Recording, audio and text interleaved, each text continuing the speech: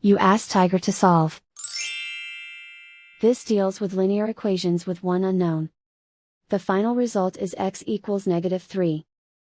Let's solve it step by step. Simplify the expression. Expand the parentheses. Simplify the arithmetic. Group like terms. Combine like terms.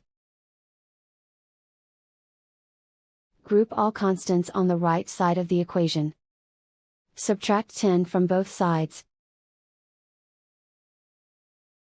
Simplify the arithmetic.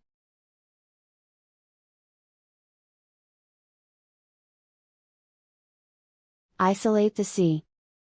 Divide both sides by -4. Cancel out the negatives. Simplify the fraction. Move the negative sign from the denominator to the numerator.